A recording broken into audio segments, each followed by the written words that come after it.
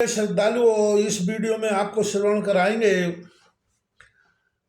विष्णु भगवान ने उपाय बताते हुए कहा कि आप सब चिंता से व्यग्र हो रहे हैं। वे भगवती शिवा कामनाएं पूर्ण करने वाले कल्प वृक्ष के समान है। पुत्र से तो पग पग पर अपराध होता है, माता को छोड़कर जगत में दूसरा कौन उसे सह सकता है। अतः आप लोग निष्कपट चित्तवृत्ति के साथ मणिधूप में विराजमान रहने वाली भगवती भुवनेश्वरी पराम्बा की शरण में अवलंब जाइए। वे आप लोगों का कार्य अवश्य सिद्ध करेंगे। सभी देवताओं को यह उपदेश देकर विष्णु भार्या लक्ष्मी सहित देवताओं के साथ शीघ्र चल पड़े और महाद्री गिरिराज हिमालय पर आ गए और अम्बा यज्ञ करने लगी। सभी देवता मंत्र पारायण में तत्पर हो गए। कुछ देवता सावधान होकर हल्लेखा बीज मंत्र से पराशक्ति जगदम्बा की पूजा करने लगे। इस प्रकार बहुत वर्ष तक भगवती की आराधना करते हुए समय व्यतीत हुआ। तदनंतर चैत्र मास की शुक्ल पक्षिमी की 9वीं तिथि में शुक्रवार को श्रुतियों द्वारा प्रतिपादित एक महान ज्योति अकल्पमा सबके सामने प्रकट हुई। चारों वेद मूर्तिवान होकर चारों दिशाओं में उसकी स्तुति कर रहे थे। उस ज्योति की दीप्त से उन देवताओं की आंखें बंद हो गई। इसके बाद धैर्य धारण कर जब देवताओं ने देखा, तब वह दिव्य तथा मनोहर आभा उन्हें नव यौवन से संपन्न अति सुंदर अंगों वाली तथा कुमारी अवस्था वाली स्त्री के रूप में दृष्टिगोचर हुई। विविध प्रकार से विभूषित 3 नेत्रों से शोभा पा रही थी। वे श्रृंगार के सभी वेश अलंकृत थी और समस्त देवताओं से नमस्कृत हो रही थी। इस प्रकार देवताओं ने सभी प्राणियों की आशाओं को पूर्ण करने वाली, सभी की जननी, सबको मोहित करने वाली, प्रसन्नता युक्त सुंदर मुखमंडल वाली विशुद्ध करुणा की साक्षात मूर्ति स्वरूप जगदम्बा को अपने सामने देखा।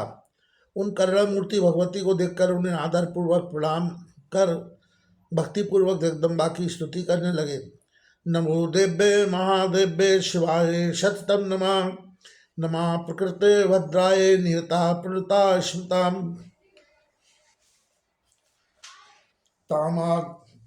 तामग्नि वर्षा तमसा ज्वलंती वैरोचनी कर्म फलेषु जुष्टाम दुर्गाम देवी शरणं मम प्रपद्ये सुतरसी तरसे नमः। देवीं वाचि भजन्यंत देवास्तां विश्वरूपा यशवो वदन्ति शानो बंद दोषभूर्ज दूना धनुर्वाग सम्मान पष्टुष्ट तैतु काशरात्रि ब्रह्मस्तुता वैष्णवी स्कंद मातरम सरस्वती दिति दक्ष द्वैतरम नमामः। पावनां शिवां महालक्ष्मी च विद्महे सर्वशक्तये च धीमहि तद्रो देवी प्रचोदयात्। नमो विराट स्वरूपिणे नमः।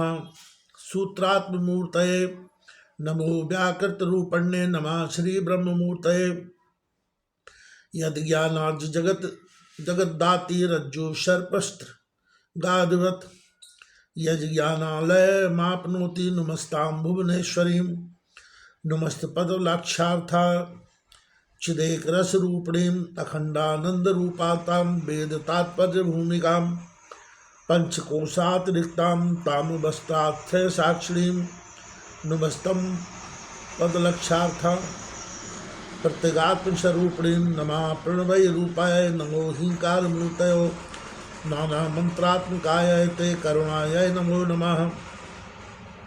देवी को नमस्कार है, महादेवी शिवा को नमस्कार है, प्रकृति एवं भद्रा को नमस्कार है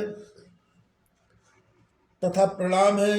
हम लोग नियम पूर्वक भगवती जगदम्बा को नमस्कार करते हैं।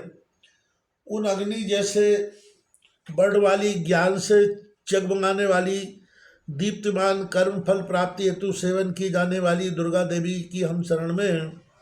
ये संसार सागर से तारने वाली तुम्हें नमस्कार है। प्राण रूप एवं देवरूप देवों ने जिस प्रकाशवान बैखरी वाणी को उत्पन्न किया, उसी को अनेक प्रकार से प्राणी बोलते हैं। वे काम धेतु तुल्य आनंददायिनी और अन्न तथा बल देने वाली बाघ रूपणी भगवती उत्तम स्तुति से संतुष्ट होकर हमारे समीप पधारे। काल का भी नाश करने वाली वेदों द्वारा स्तुति विष्णु शक्ति, स्कंद माता शिव शक्ति, सरस्वती ब्रह्म शक्ति, देव माता अदिति और दक्ष कन्या, सभी पापनाशिनी तथा कल्याणकारिणी भगवती को हम प्रणाम करते हैं। हम महालक्ष्मी को जानते हैं, उन सर्वशक्ति रूपणी का ही हम ध्यान करते हैं। वे देवी हमें ज्ञान ध्यान में प्रवृत्त करे। विराट रूप धारण करने वाली देवी को नमस्कार है। सूक्ष्म रूप से विराजने वाली देवी को नमस्कार है। अव्याकृत रूप से शोभा पाने वाली को नमस्कार है। श्री ब्रह्म की मूर्ति धारण करने वाले को नमस्कार है। जिन्हें न जानने के कारण रस्सी में सर्प की भांति इस मिथ्या जगत का भान होता है, और जिनके जानते ही यह भ्रांति बुद्धि नष्ट हो जाती है, उन भगवती भुवनेश्वरी के चरणों में हम मस्तक झुकाते हैं, जो तत्पद की लक्ष्यार्थ है, जिनका रूप एकमात्र चिन्मय है, जो खंड आनंद की मूर्ति रूप है तथा वेद के तात्पर्य की जो भूमिका मानी जाती है, उन भगवती भुवनेश्वरी को हम प्रणाम करते हैं, जो पंचकोशों से अतिरिक्त है, तीनों अवस्थाओं की साक्षिणी है, जिनके त्वम पद का बारंबार लक्ष्य होती है तथा जो प्रत्यगात्म स्वरूप है, उन भगवती भुवनेश्वरी को हम प्रणाम करते हैं। प्राण स्वरूपा देवी को नमस्कार है। हिमकार मूर्ति को नमस्कार है। हे करुणामयी देवी, तुम्हें बार बार नमस्कार है। देवताओं के इस प्रकार स्तुति करने पर भगवती ने कहा, मेरे रहते भक्ति परायण आपको कौन सी चिंता है। ऐसी वाणी सुन देवता बोले, हे शिवे, असुर राज तारक हमको पीड़ित कर रहा है। ब्रह्मा जी ने शिव जी के औरस पुत्र के द्वारा उनकी मृत्यु निश्चित की है। शिव की कोई भार्या नहीं है, तो आप ही देह धारण कर अवतरित हो और आपके चरण कमलों में हमारी भक्ति सर्वदा बनी रहे। उनकी ये बातें सुनकर परमेश्वरी ने कहा, गौरी नामक जो मेरी शक्ति है, वह हिमालय के घर आविर्भूत होगी। आप प्रयत्न कीजिए कि वह शिव को प्रदान कर दे जाए। वही गौरी आप लोगों का कार्य सिद्ध करेंगी। वहाँ देवताओं के साथ विद्वान हिमालय ने भी देवी की यह कृपा पूर्ण वाणी सुनकर भगवती से कहा, आप जिस पर कृपा करना चाहते हैं उसे महान बना देती है। जिनके उदर में करोड़ों ब्रह्मांड स्थित है, वे ही जगदम्बा जिसकी कन्या होकर जन्म लें, उसके समान इस पृथ्वी पर कौन हो सकता है। हे अनगे, सैकड़ों जन्मों में अश्वमेघ आदि यज्ञों तथा समाधि से होने वाले पुरुषों से भी आपका पिता बन पाना असंभव है। अब जगत में मेरी कीर्ति फैल जाएगी। लोग कहेंगे, अहो, इस हिमालय की पुत्री के रूप में स्वयं जगत जननी उत्पन्न हुई है। वे धन्य भाग्यशाली है। जिस प्रकार आपने मुझे गौरी का पिता होने का अवसर प्रदान किया, उसी प्रकार अब आप अपने स्वरूप को मुझे बताइए। हे परमेश्वरी, ज्ञान भक्ति तथा योग का मुझे उपदेश करें, जिससे मैं आपके स्वरूप को प्राप्त हो जाऊं। उनकी यह बात सुनकर भगवती ने श्रुतियों में नेत्र रहस्य का वर्णन करना आरंभ किया।